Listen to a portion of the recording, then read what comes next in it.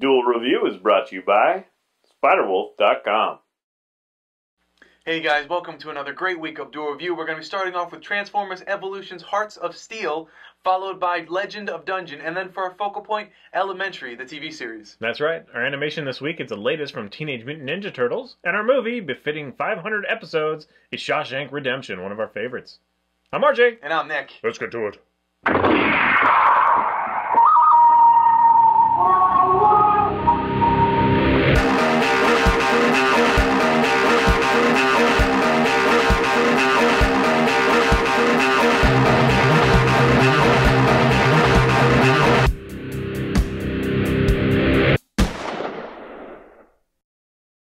Hey everybody, today is the 27th, and we're taking a look at Transformers Evolution's Hearts of Steel. That's right. It's a very long title, but basically... And not a very long book. Yeah, it's only 4 issues. 4. You like that, Matt? It's only 4 issues long. The reason for the Evolutions in there is actually Evolutions was supposed to be a kind of like an Elseworlds of the IDW universe for the Transformers. So anytime you see Evolutions, it's the Transformers in a different universe. Yeah, it's an experiment. Right. So in this reality, the Transformers were waging war here on Earth right before the Ice Age. So they were, these big metallic beasts. Like some of them were dinosaurs, some of them were, I don't know, even mythological. I don't know. They had weird parts. Yeah, most of them were dinosaurs. Yeah. So they're there, and then the Ice Age happens, and they're powering down, and then they're woken up right around the time of the first railroads and John Henry and Mark Twain, Jules Verne, and late 1800s. Yeah. So they wake up, and now they have to adapt, and then a little story happens there, but it's just a very short thing because it's only 4 issues long. But I enjoyed it. I really liked it. The steampunk aspect of it. I loved, Bumblebee in this one. You never get to see Megatron or Optimus Prime, but they're both hinted at. They're both never woken there. up. So. Right. Yeah. There are some inconsistencies as far as, when there's this one in the first issue, I believe. There's an issue where the one of the characters, Muldoon, he's in a submarine, and the submarine sinks, and then it falls on top of Starscream, who's deep underwater, kind of stuck there. But then in just a few panels later, there's like this whole underground Decepticon colony that's happened, and Starscream's there, kind of organizing. So. And that shockwave that shows up. Yeah. Right. And he's like right there too. So it's like, how does that happen? How does it go from Starscream at the bottom, unawoken, to Shockwave being this cool thing, and the underwater Decepticons and stuff? I don't really know, but it's there, and I kind of I overlook it because I love the series so much.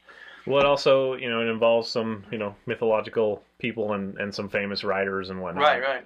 Mark Twain and Jules Verne and John Henry. Yeah, right. John Henry is an American folklore character who he's a riveter. So he'll sit there with the rail spikes, and he'll use his hammer to break them in. And the biggest tale between him was he was positioned against, or he was pit against a mechanical rail spikes. What are the rail spikes called? Yeah. Okay, rail spike driver. So it's him versus the machine, and he just beats the machine. But in the process of doing so, he kills himself. He just works himself too hard that he wins the fight, but he dies at the end, which is a sad tale. But it's Yeah, especially the first comic is very dark. Yes. I think that it's a pleasant read, and it's just a really fun idea. I think that's really what it presents. It's just such a super cool idea, and it would have been awesome to see more about the steampunkiness. And because like Bumblebee, the first thing, he just shows up as a locomotive, right? And it would be cooler to, I don't know, because you get these cool things like Shockwave. He has this chain and the Gatling gun thing, on Starscream, and just these really cool things. There's rivets all over the place, and that's so cool. But how did it come to that? And we saw them before as the Dino, the metallic beasts, more or less.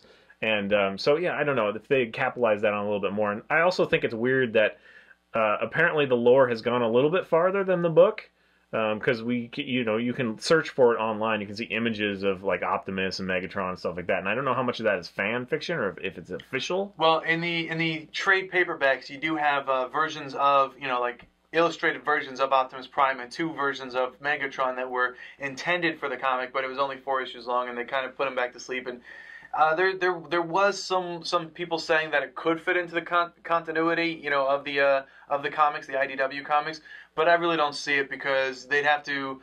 First of all, there's no arc anywhere, so that's not there. Yeah, not really. I mean, it's kind of like episodic, and the the Decepticons are thwarted in some small kind of way, and then all of a sudden it's like, okay, well, we can go back to sleep now, and then the last panel is kind of like, for, you know, many years from now they'll be in a completely different world, and you know, all this stuff. So it does kind of try to, you know, attempt to bring it in, but and then I also think like the Decepticons' main tropes, and this might be a spoiler, is that they're building these huge flying machines for I don't know what purpose, but they already can fly, so it's kind of like, what's the point? Right. I really don't understand the point. I think that they're making it so that they can force slaves, you know, men to man them, and then have like an army, so that's not just the Decepticons. But that some of that was very interesting to me in that both sides, the Autobots and the Decepticons, try to gain trust in the humans by saying, we are the future of technology, we can guide you to a better tomorrow. So I like that idea because back then it's like, you know, in the 1800s it was like, machines are good, machines are bad, and then just, you know, in turn of the century, 1900s, it became, everyone feared the machines, you know, the robots are going to take us, Metropolis, that kind of stuff happens. And it's like, they do the same thing here where it's like, can we trust this machine? Can we trust that machine? Starscream's promising me that he can build us a better tomorrow, but he's really has his own motives up behind, and he just sicked Ravage after me, and I'm running away. Yeah, it's just totally like a what if kind of glimpse. Right. And I would like to see it because they, you know, I'm not as into like, you know, he has like fins on the side of his head, or which one is that anyway? That's Starscream. Yeah, it's kind of like, I'm not totally into that, but I love seeing what they do, and I love like the schematic stuff. I actually love these first two covers way better. They kind of broke with this and then went for the more traditional, or you know, not necessarily kind of like, cover. I was looking for these covers. Edition? Well, yeah, they each had several covers. I was looking for these covers for all four of them, but unfortunately, because I was going to, I didn't have them put aside, so I was going for them, and they only had those, and I wasn't not going to get them, so I got those without them. Well, these are cool, and I do covers. Like the aesthetic there. And again, we wish there was more. So I guess this is really just kind of a flavor of, you know, wouldn't it be fun? And if someone, you know, wants to do fanfic or whatever, this could be great inspiration for that. Right. One of the there is already. Yeah. Speaking of the fanfics, one of the ones that I was really interested that I haven't seen yet was Myth Wars. If you haven't seen those, look up, you know, on Google Myth Wars Transformers images, and you'll see like a whole bunch of things like Shockwave is the Cyclops and his arms bent to like guns or something. It's so cool. I really like that stuff. I wish they would do more with that.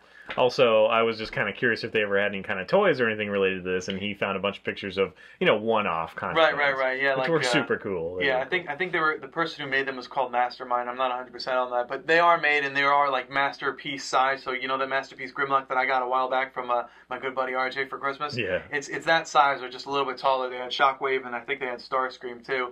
I think they even had Optimus, which doesn't make sense because he's not in it. Yeah, but they did have Optimus, right? But unfortunately, those aren't, you know, for sale pretty much anywhere. You'd have to special order them online, find a place. It's a one-off kind of thing. Like a lot of money. You can legally, you know, sell a one-off, but as soon as you start reproducing them, you know, you come into copyright issues and all that stuff. Right. So anyway, yeah, it is fun enough, and it was, you know, when you brought it to my attention, I was like, oh, really cool, because we've been looking for steampunk stuff, or I have been for a long time, and it's slowly starting to catch up where, you know, we've got some good steampunk stuff. Looking at you, Lady Mechanica, please come back, please. But anyway, so I really appreciate that part of it, that aesthetic. Will we ever see more? Probably not. I'm hopeful. I mean, really? Yeah. And how long ago was this? This was, I believe, 2006. So it really was a long time ago. But I mean, Transformers, you can't really go wrong. One of the reasons that they stopped doing the evolutions, you know, the multiple realities, was because that movie was coming out, the Transformers live action movie. So they didn't want to confuse people too much. So now that it's all gone and people are trying to forget the last two, well, I guess the last one was pretty good, but the second one was horrible. But now that they're trying to move past that, they might bring him back. I'm kind of hopeful. These are my, you know, hopes. Yeah. So. Yeah. Well, I mean, they still have the property, so we'll see. We've been loving the trades of Robots in Disguise and More Than Meets the Eye. Yeah, absolutely. They've been great, very solid, and I've been loving the Spotlights as well. They've released a couple new ones. So yeah. Again, it is a fun read. Nothing hugely special because it is only 4 issues, right. but and you may want to check it out. It is in trade paperback form, so you can find it. And for 4 issues, it's probably not that expensive. And it gives you all of the alternate covers for every issue, and just some, some artwork for the Optimus Prime and the Megatron that you don't get to see. So. And that's really the reason. I mean, it is kind of fun to see like Mark Twain in there, but I kind of hate when they do that, when they try to tie it to real things. But, it was fun, but it's really about the artwork and kind of just being like, oh, Shockwave looks so awesome. Yeah. Ravage is cool and, stuff like that. So, Transformers nerds, you can't... I like the Insecticons, too. They're awesome. Because they combined into, like, one battle train, so, well, not like a series of trains, but like a steam engine or, the locomotive part. Yeah. So that was cool. With Bombshell in the front. Yeah. All right, guys. Well, that's it. Please subscribe to our YouTube channel and follow our great playlist. Game Lab's been a lot of fun. Yes, it has. And please leave comments. We love comments. And you can help support us by buying our wares at spiderwolf.com. That's right. T-shirts, a card game, art print, short stories, and more. And please follow my blog. It's fisk37.tumblr.com. I'm blogging as characters from my card game and releasing updates of the Kickstarter that will be sometime in June. And if you like it, please share it. Support us that way. Thank you very much. See you next time. See you later. Yes! On top of it! You did it. You did it. Actually, it's on the bottom. It's not there anymore. Yeah, true. Oh, sorry. Next up on Duel Review, it's Legend of Dungeon. Whatever. Your computer is in the way. Yes, it is. Let me get it as soon as I roll up my sleeves. Are you gonna hit me? You're like, maybe later. What are we doing? Duel Review. I'll do a review. Hey guys. If anybody has any bite-sized comics to recommend, please leave a comment. Damn yeah. If anyone has some bite-sized comments or comics, what did you say? Comics. Okay. Because we don't always have the scratch and or time to wait for the first 5 of new series, so we like to revisit old stuff that you may have missed. So if you have any suggestions, be kind.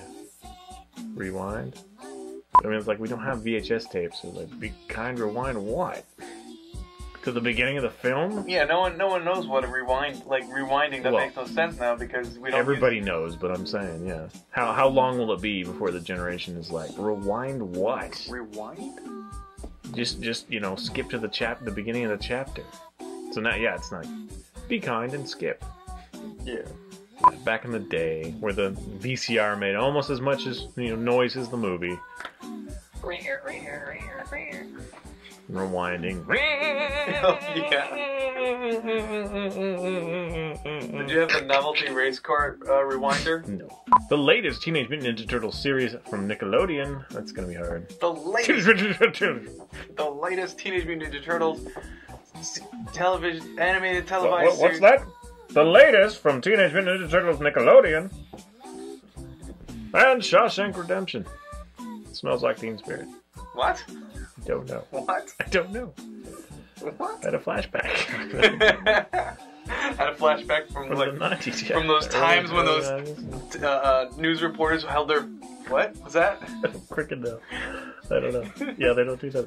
They haven't done that for 20 years. We have teleprompters now.